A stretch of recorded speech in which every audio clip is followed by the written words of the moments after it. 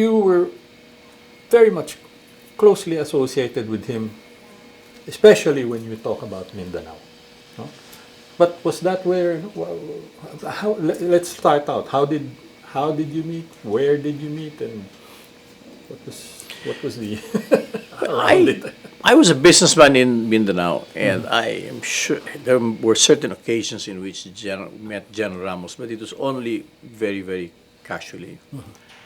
The one who had a longer relationship with him was actually my brothers, Carlos Sani, Yeah. who is now the Secretary of Finance, because they lived in the same subdivision in Alabang, and their Neighbors. families were friends. They were quite close. Their houses were quite close to each other, and so that during the EDSA revolt, Sani's family was involved with the Alabang group that provided some support for the family of President Ramos. And during the revolt, I was in Davao, and I was very active in the Cory campaign at that time.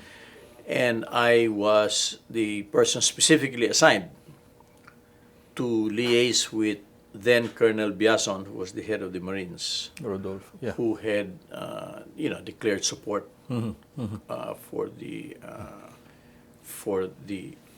Ramos and Enrile faction, and there were some communications with us. The time when I really started to have direct engagements with then General Ramos as head of the armed forces was right after EDSA, when there were some issues that developed between the new government and the MILF on a misunderstanding, that the misperception that the MILF had at that time that they would be given due recognition by the new government because of the role they played during the elections, Which was in which they actually came out and told their people to vote for Cory. participate. So there were some issues then, and I was asked informally to, since I was from Mindanao, etc., to go and talk to them, and which I did with on several occasions, myself, and then later on with Ting Ting Kawanko, who was also very involved with engaging with them. And whenever we had any development, we would report to the Office of the President, essentially to the cabinet cluster, the cabinet security cluster, Yeah. and then General Ramos was there. So that was the first real interaction I had with him, 86 to 87, 88. Can I just clarify why the MILF and not the MNLF? Well, the MILF came out in active support of Cory Aquino's campaign. The MNLF called for a boycott of the elections because they said the election was going to be a sham and all of that.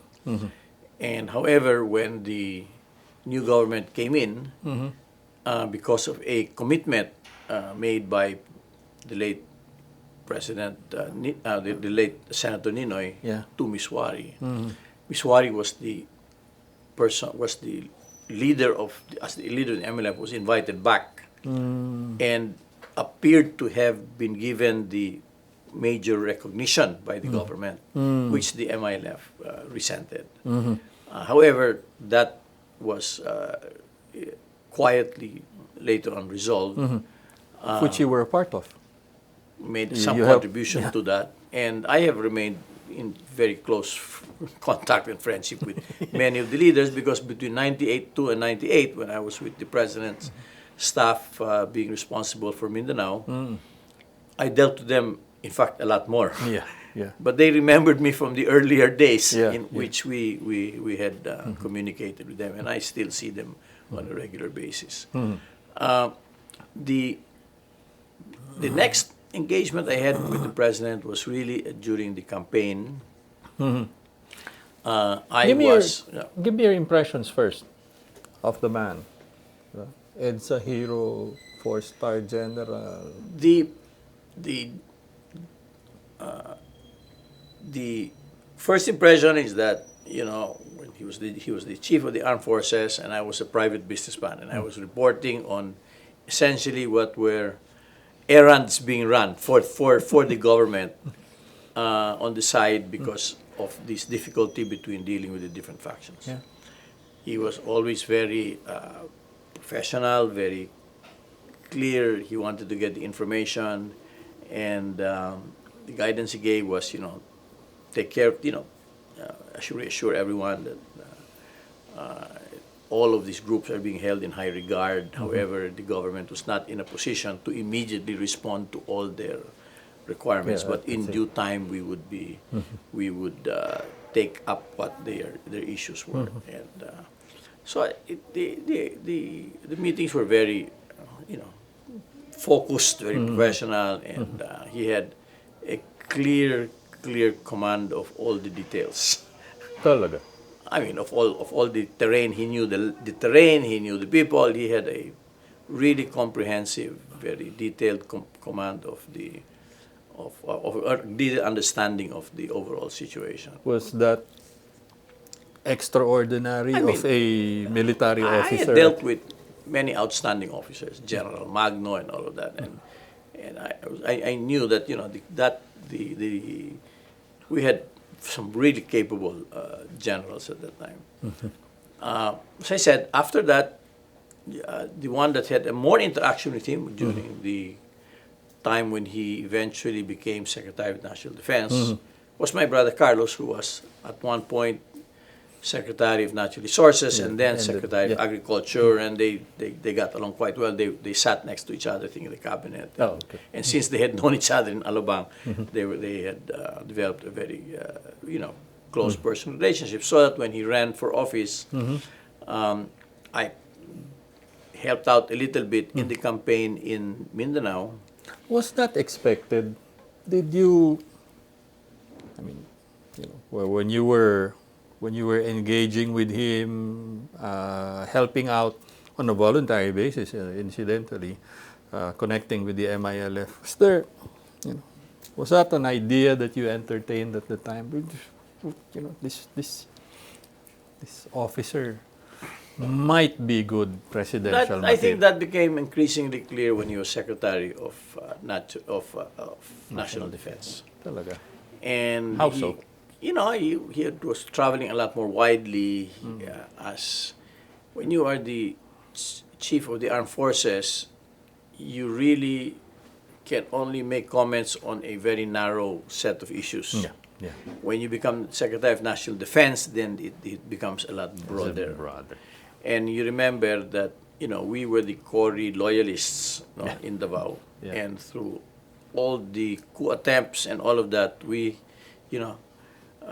remained engaged with Malacanang and held the ground. Although we were private sector people, I mean the Cory people, especially those in Davao and in the South, remained very, very engaged and very supportive. It was getting quite evident that he was, going down the political track. And when the campaign got started after the fallout with the LDP and that process. What was the giveaway sa'yo? What do you mean? He's running. I looked at it, we looked at it from the narrow perspective of Mindanao. The number one issue in Mindanao was not economics. It was security. It has been for 40 years. Okay? Mindanao was the site of the MNLF uprising. It was the site of the most intensified resistance to the national government by the NPA, CPP-NPA. And there was, clear major peace and order challenges, even from criminality, etc. So the number one issue being felt by the people in Mindanao was security. And clearly, among all the candidates, he was the only one who had a message on security and on whom the population had confidence that he would be able to do something about the core issue to them. You know, the core issue in the elections in Manila was not necessarily security. By that time, it was already development and economics, etc. And that's why, if you notice, the vote in the 1992 election was widely spread out. However, the president won Mindanao by almost 1 million votes.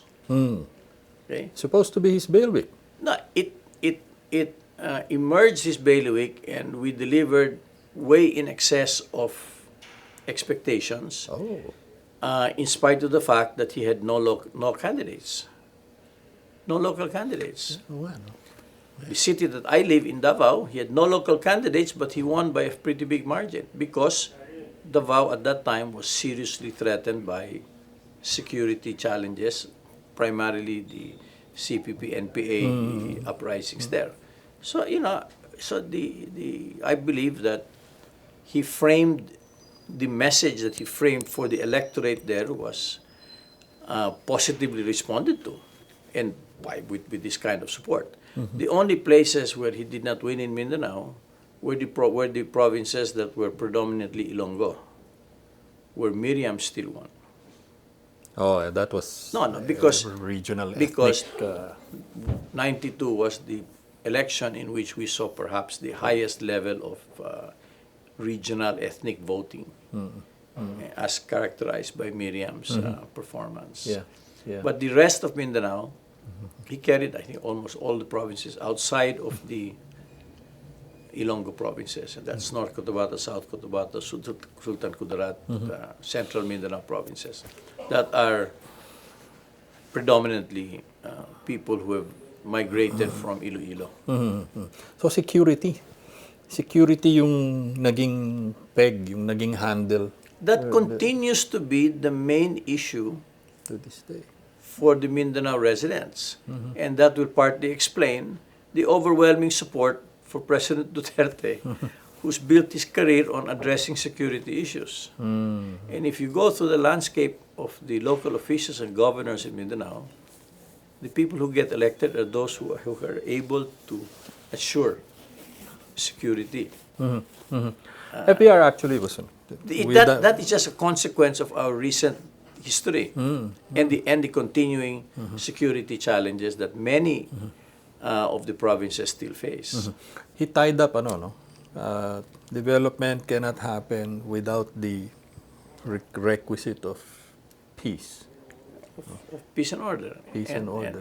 And that's why also the president was one of the most important people that persuaded President Duterte to run. I was there when the conversation took place. Anyway, moving forward, when he was elected in 1992,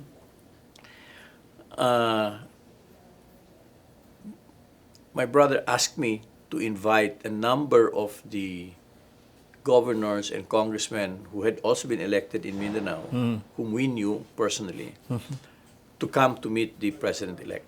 Okay. So we had this dinner in my brother's residence, in which we brought 5 or 6 governors or 4 congressmen, because they were all from different parties. They were all known to him, but did not support him. And there was a series of these events because the president was very, very good at engaging after the election, engaging all the forces and everybody. And this was one of those events. And in that dinner, which we dragged on until midnight. They were just chatting, etc. And essentially, the local officials were pledged that although we're different parties, you are the president. We've known you for a long time, and we will be supportive. He did a lot, and that was effective, and that led. And in that meeting, I was very active in terms of making specific suggestions.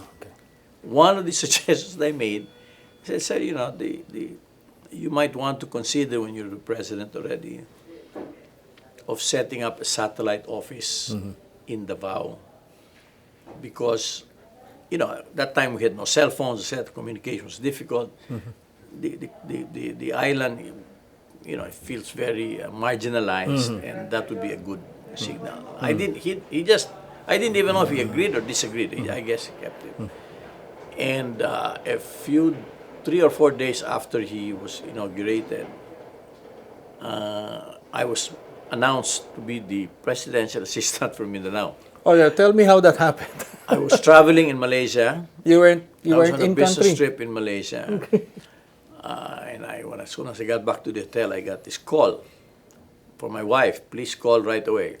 Your name is in the newspapers. So I called. He said, what's this all about?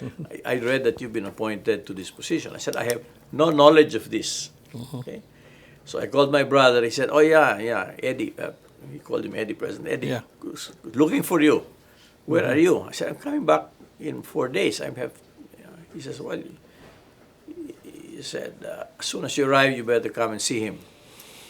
I said, what's his job about? I don't know, but it's already been announced, and I assume that you will accept. So I said, okay. So I went to see him. As soon as I arrived, I made contact with the office. They said, right away, he's looking for you. We're waiting for you. So I walked in. I said, sir, You were drafted. what With do you want me to do? Okay. I want you to be it is his exact words, I want you to be my personal representative in Mindanao. And I will give you full authority over all non-elected officials in the government. Wow. That was my job description. That was a bureaucracy. The entire, everybody, Except for the elected I was the officials. personal representative. Exactly. And I said, sir, what do you want me to do? I said, I want you to do everything that you were telling me the other night, okay? Accelerate development, address the peace and order issues. Because I said, to move Mindanao forward, you needed to address the peace and order issues. Yeah. You need to build the infrastructure because the infrastructure is inadequate. And I said, we also have to normalize the border areas between southern Philippines, Brunei, and Malaysia and Indonesia, because that's where the security risks were being. It was a very porous border. So I said, okay, go out. That's what you do. No, my job description was one sentence: you are my the representative of Mindanao, and these are your authorities. And then he said, okay, next week, July 15, I'm going to Davao, and I will swear you in Davao. So I said, okay, sir. I flew to Davao the following day. Then I asked him, I said, sir, okay, what do you want me to do? What is your guidance? What you want to do? He said, Paul, we continue the campaign for 6 more months. Okay. I said, what campaign? We continue the political campaign for 6 more months. I said, will you allocate time? Yes, I will give you at least 1 weekend a month, maybe 2 trips a month. So you line up visits to all the regional capitals. After we're finished with that, to all the provincial capitals. And I will give you 6 months to complete this, because I'm also going to do this in the Visayas and in Luzon. He also appointed a president assistant for the Visayas, who's a friend of mine, the late Red Pelayas. Yes. So that was our marching order. So for the next 6 months, we went out and organized town hall meetings in every regional capital. And what I would do is I would go there 1 week ahead, a few days ahead. I would have initial meetings. I would try to generate identify the key issues that wanted to be taken up. I would designate who would be the person to present it. He would come down with the entire cabinet and patiently sit through these 2-3 hour town hall meetings in which pre-designated people would say, this is our request for infrastructure, this is our request for this, and all of that. They'd raise the issues. And this would be in gyms, and we would bring in professors, we would bring in students, we would bring in the private sector, etc., and we would sit in those sweltering gyms for 2 to 3 hours and respond. And he had an excellent staff system. On the spot, he would be issuing orders. No? Before the meeting was ended, Balong Arevalo and his staff had already typed out the memos. Okay? So when we finished the meetings, he had actually signed the orders, giving instructions. DPWH, look into this, etc., and leave the local people with a copy of the order. That really created a lot of confidence and support. And the euphoria was very strong. That, the first time, the president was coming to Mindanao so regularly. You have to remember, Marcos went to Mindanao only twice between 1972 and 86 as president. One for an earthquake and one for another inauguration. Aside from that, never went there. Considered Mindanao a problem. The people who were destined to want to cooperate because of the insurgencies. So when you saw this, the entire cabinet going there, sitting down and engaging with the public, and then of course following through on what could be delivered, that created such a level of support, so that when Mahar Mangas and his partner, his professor, the UP professor, ran a survey 6 months after, in January, I think, of 93. The survey said that 50% of the respondents voted for the president. We know, of course, that he got less than 25% of the vote. It was a plurality, 23%. Yeah. But when you ran that survey, fully 50% said they had voted for him. I was in I attended all the cabinet meetings. When that was presented to the cabinet, everybody broke out in applause or laughter or what, because we all knew the numbers. No? Right. In fact, when Mahar was presenting it, he had a smirk. He says, sir, you have changed the national perception. But tell me the rationale. He did it for Luzon. He did it for Visayas. Essentially, he fully understood what 25% meant. He knew he had to consolidate. He also did not have local officials in his party or congressmen. So this was a well-crafted strategy, okay, to go directly to the people, honor the local officials because they were all there, develop a working relationship with them, and address the problems directly. On the ground. Okay. The other aspect of that is that since he stayed overnight, there was an opportunity to bond with the local officials because we would have lunch or dinner, and the cabinet will be there.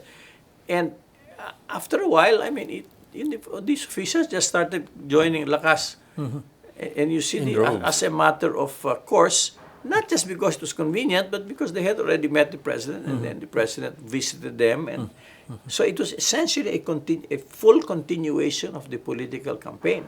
Which is exactly what he told you. Which is what his guidance to me. So as I executed that, and I said, and the Mindanao support numbers were always very high. Because again, there were real tangible improvements in security. We had this whole reconciliation process with the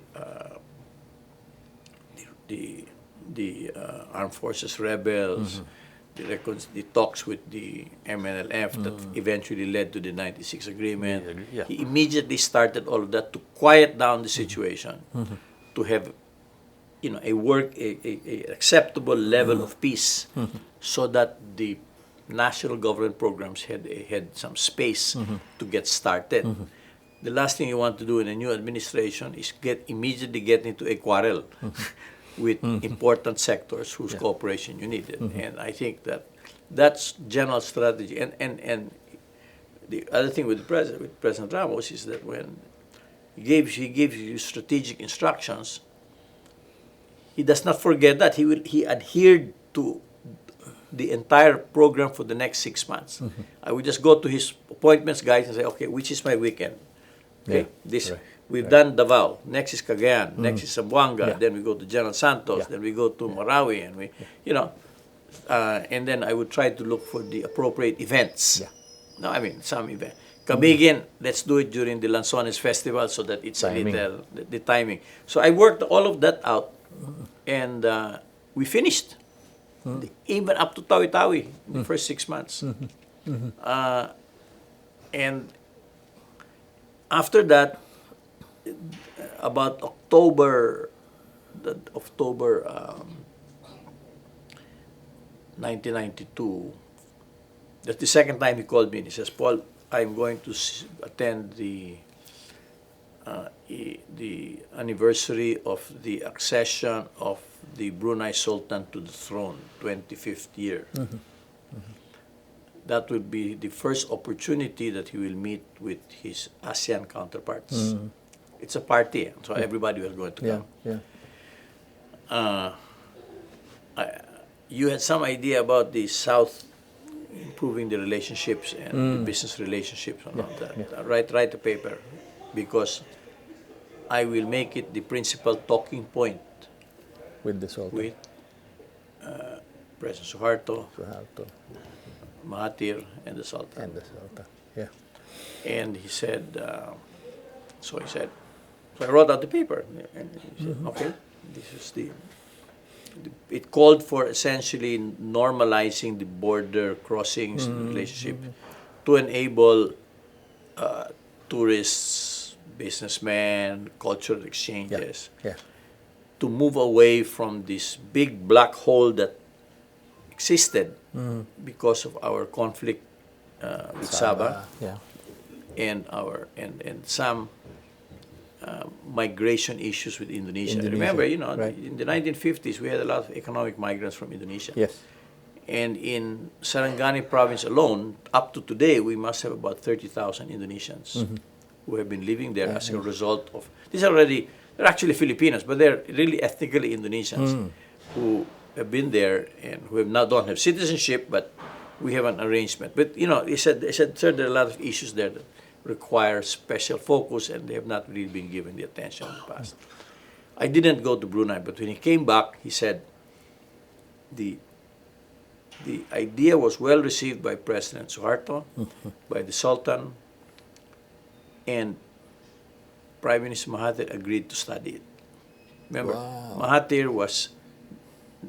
the Suharto and the Sultan right away said it's a good idea. Mahathir said, because of that... We had Sabah, the issue. Remember, between 1963 and 1993, there was no state visit by any Philippine president to Malaysia. Because of the Sabah issue. The next event in regard to that development was January of 1993, state visit of FVR to Malaysia. He made it a point. His first state visit in ASEAN was to the country where we had the greatest issues with. He went to Malaysia.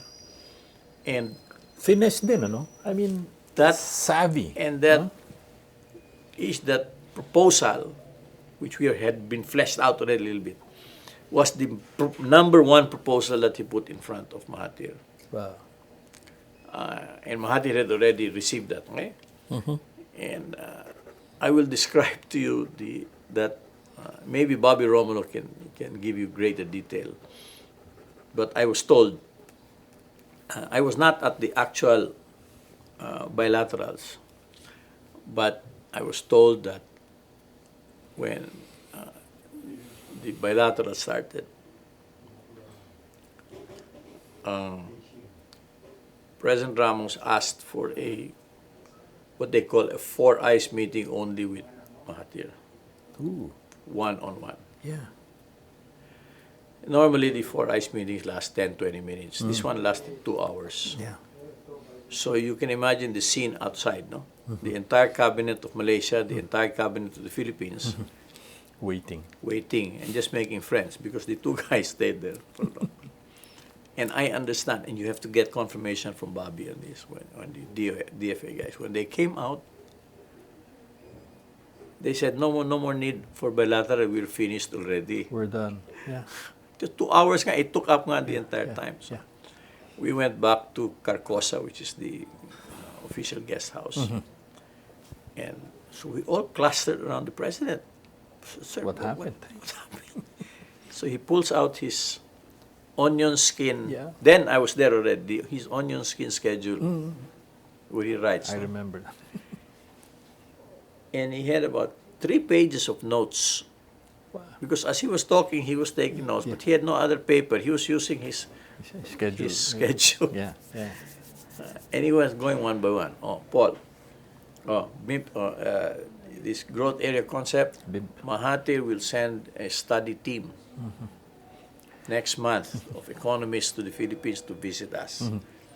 Okay? That was actually the germination of the. And Oh, I'm sorry. that's the way he handled it.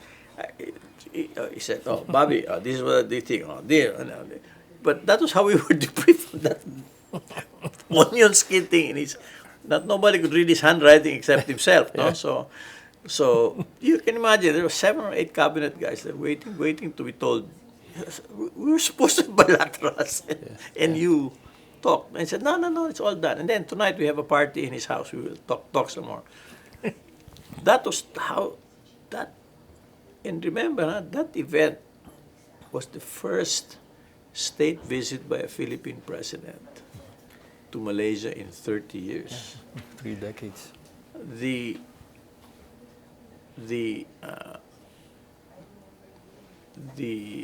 approach that he used with Mahathir elicited a really strong response of essentially trust. And so for the next 6 years, Yeah. I think his closest relationship was probably to Suharto because he had known Suharto for a long time. Beforehand, yes. But his relationship with Mahathir was extremely strong to the point that Mahathir came here. We even brought Mahathir to Davao on an official, on a state visit as well. So they became really personally very close, and they continue to be very close. To this day. But it all started. He did not know Mahathir well before that visit. It all started when he said, let's talk just the two of us. Wow. Then Mahathir at the time was in his prime. He said, yeah, sure, let's talk. And they were talking there for 2 hours. And that defined effectively the relationship with Malaysia. And that enabled our relationship with Malaysia to move from one of, great distrust. Remember the involvement with the MNLF and all of that. To the point where we agreed for them to be the intermediary with the talks to the MILF. That is a huge jump. Yeah. And if I remember, everything has been very productive. Yeah. And the relationship continues to be very productive. But that started with that. With 4 eyes only. Now, you can get more details on that from Bobby. He came into that meeting totally prepared. Well, And that's he a had, hallmark of... no. He said, growth area, yeah. And then he had a couple of other things, including, why don't you have a nice car? Why don't you start building it in the Philippines? Yeah, There are a number of things. yeah. Okay, but And a border patrol. he had. You can never fault the president for not being totally prepared. I remember when he used to go to the South, I would work with the PMS to prepare his briefing papers. Many times when he landed, he would already tear pages out of the briefing papers with notes already or questions or instructions. Meaning to say he read that in the airplane, he read that thing cover to cover. And many times, instead of writing another memo, he'll just tear out the page, he'll write the note. Yeah, Well, marginal we'll look notes. into this. In red. No, and we would also write his speeches, no? Because initially when the president started, he really stuck to his speeches. The speeches had to be written, and I guess in the first 1 or 2 years, it was by the book. The numero. Everything, the numero, everything was written. It was only maybe in the second half of the term that he started getting more relaxed and more, he would still very disciplined, but he would already depart a little bit. But in the first, no, we would have to write the speeches, and then sometimes you say, that speech was good. Were you the one who wrote it? I said, yes, sir. FPMS sends me the subject matter, send me a draft, and we send back a draft. Because I had a team of economists and staff, Davao-based. Remember, I was never based in Manila. I was based in Davao. Yes. That I would come up to Manila Tuesdays, every Tuesday for the cabinet meetings. But outside of that, I would be traveling down in the south. Yeah. So that's I don't know, I think that might be interesting to people to find out. And well, several governance measures, and you already mentioned both of them. One was those out of town meetings, town halls, assemblies, sweating it out 2 to 3 hours. I mean, we've heard it from several other cabinet officials. I mean, you hear one, you've heard it all, but the president sat it out. Let me give you another set. I ran 2 sets of these big meetings. Okay. Sets. The first was 92, July to December 92. The second was second half of 95.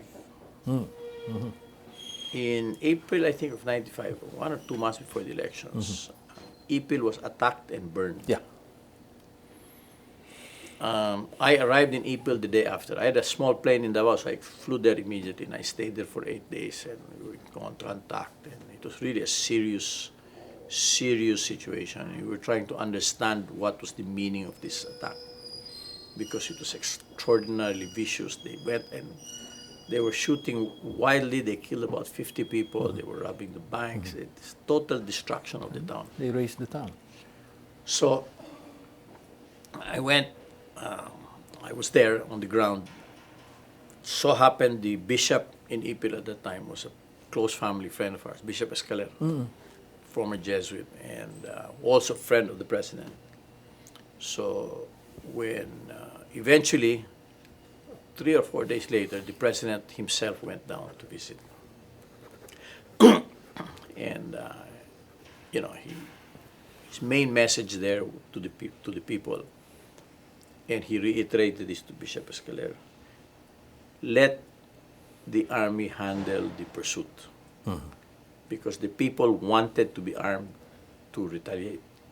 He says no, and he told the bishop, you have to help me convey this message. And Escalera really agreed, because he said, no, because these guys, as they were exiting, they went up to the mountains, and there was a hot pursuit going on. Yes. The people who were affected, the relatives, etc., wanted to get armed so that they could join, which would have led to a conflagration and a intensification of Christian-Muslim. A repeat of the, This is not religious. They are trying to provoke a religious war. This is a provocative action. Leave it to the armed forces. Okay. As he was leaving, normally I would always stay behind there. As he was leaving, he says, Paul, you come with me. Sir, what my bag said, no, you come with me. We'll take the chopper back to Zamboanga together. So we were sitting in the chopper. Then he turns to me and he says, organize peace summits in all the major regional capitals of Mindanao once a month in the next couple of months until we're done. Remember, this was 95. We were in the end game of the talks with the MNLF. Yeah. This action, he understood this action, maybe from intelligence reports, whatever. I don't know. He understood this action as a direct assault on the peace process. Yes. Because there were some personalities, the Janjalani, the old Abu Sayyaf guys, who did not want the peace process to happen. Exactly. And they were trying to the attack on unarmed Christians was really meant to be provocative. It says we have to and ensure this happens. So I said, sir, what kind of format do you, what do you want? He says, number 2, invite all the MNLF staff of Miswari and the MNLF supporters, whom we were already engaging with, Yes. to attend, to join. Bring civil society, the businessmen, the lawyers, the university people, the politicians, Ulamas. into those summits. Explain to them your concept of Mindanao 2000. We had a Mindanao 2000 Yes. plan. Explain to them the concept. Explain to them all that we've been able to do. Show them the dividend that we are going to get from peace. Okay? We did this for 5 months. And these were 2-day events. And he would stay there, he would open it, and then I would arrange for, he would open it, then he said he would be there at the end of the second day, the morning or noon, to receive the output, because Yes. we would have presentations and then workshops. And normally we would open it, and I would look for another event for him to use his time, inaugurate a road, Right. play golf, we cannot much stay in the whole session because he was there, but he would have to come back the following day to receive the reports. On many occasions, he would start wandering around and sit in the workshops. I And, know. I remember. and he would sit in the back quietly. He would just observe. He would actually spend 2-3 hours there, hanging out, with the participants, and all that. Exchanging views. And then, of course, he would receive the reports, and then he would give a closing speech. It was all in preparation. It was what people now call social preparation for the peace agreement. Because he knew when that peace agreement was signed, we were going to have a marketing problem. And remember, there were these 3 ladies that came out violently against the peace agreement. Mrs. Lobrigat, Congresswoman Tonino, and Congresswoman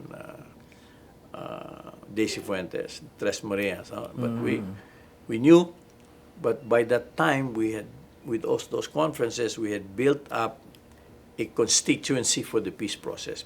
The other advantage, I never realized this, is that he wanted to bring Miswari's frontline military and political and security leaders in direct contact with their neighbors, so that they became friends. Yeah.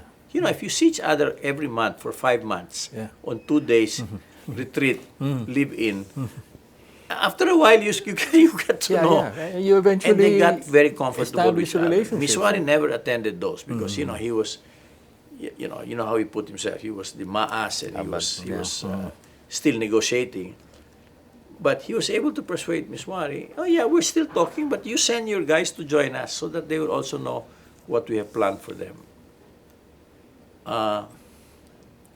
That strategy was great because when Miswari finally took over, his key guys, Tam Manjurza, Farooq Hussein, all of these guys were already very friendly with, were already very well known to people, and the level of comfort of the community with them. Working with them, Musema in the mayor of Muslim Cotabato, Musema, all of them. Hey, they got to know all the bishops, they got to know the businessmen, they got to know so there was for 5 or 6 months, there was a very high level of interaction.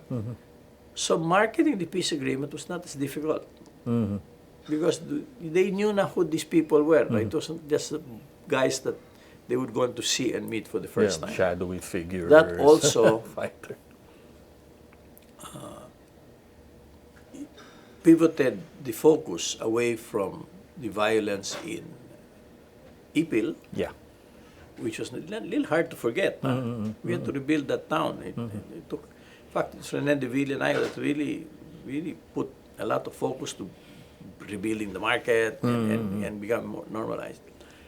We shifted the Mindanao's community's attention away from this terrible, horrible event to the future by Yeah. this. Now, that was not off-the-cuff strategy. That was deeply thought through. Strategic. Yeah. And I started understanding the importance of it a little later. Okay? May broad vision talaga. May roadmap. We'll tell you one last example of real strategic command and control and thinking. In 1990, maybe 1997,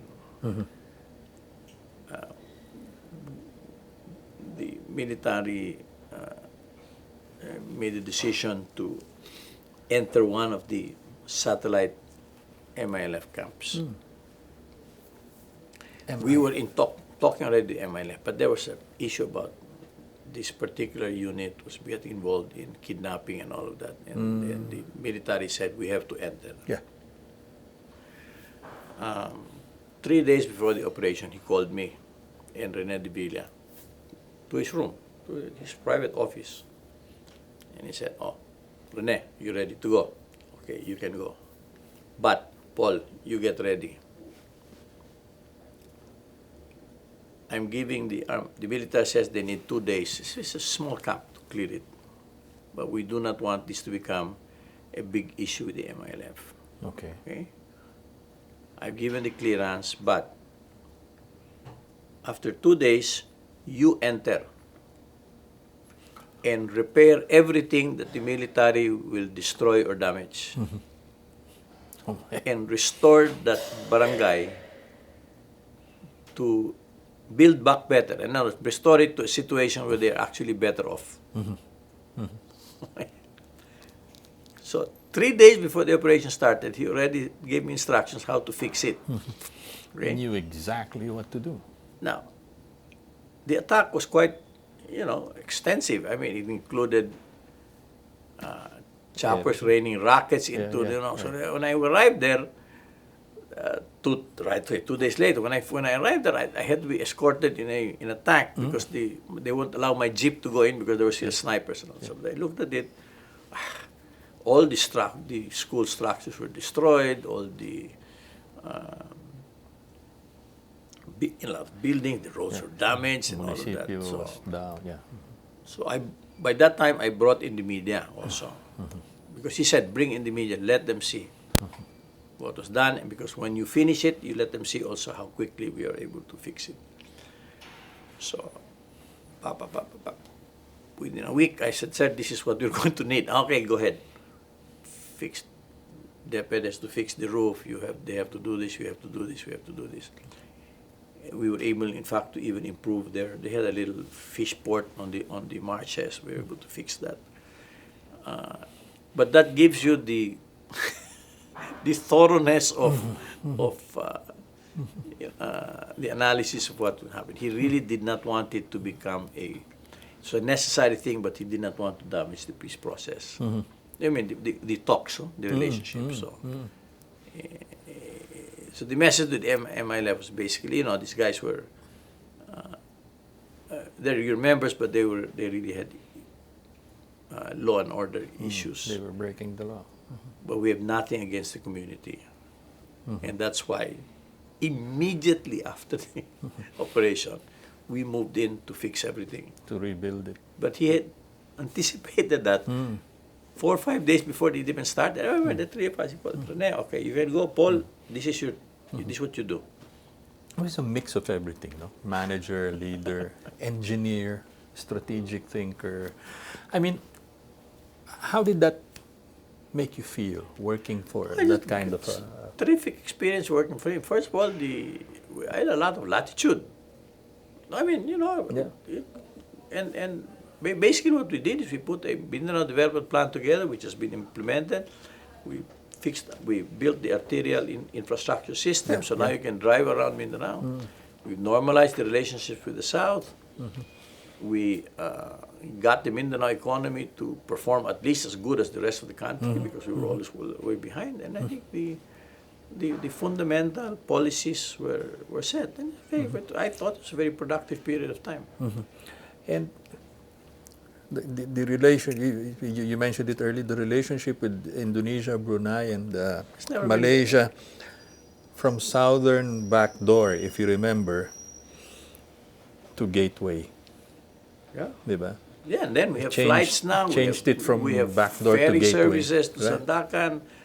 We have, and there's no more. And even when and now we have joint patrols against the Border. banditry and against kidnapping and all that.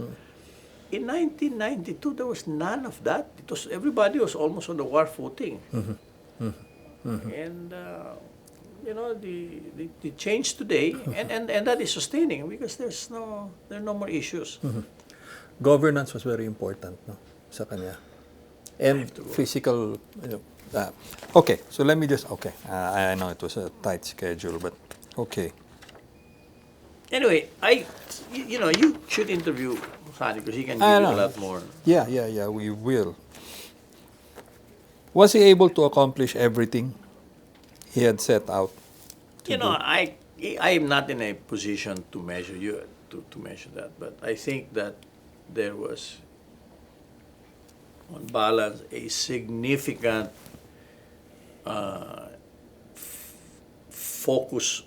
increase in focus on Mindanao and the importance of it, the strategic importance of it, and his engagement with the people there created the most important initial commodity for rallying an area that was behind, and that was to create hope. Your first objective in any development exercise is to create hope and confidence and to empower the local people. His message there was always stop waiting for Manila, do it on your own. My office said you deal with them. Don't stop going to Manila. You take on your own initiatives. We will be supportive.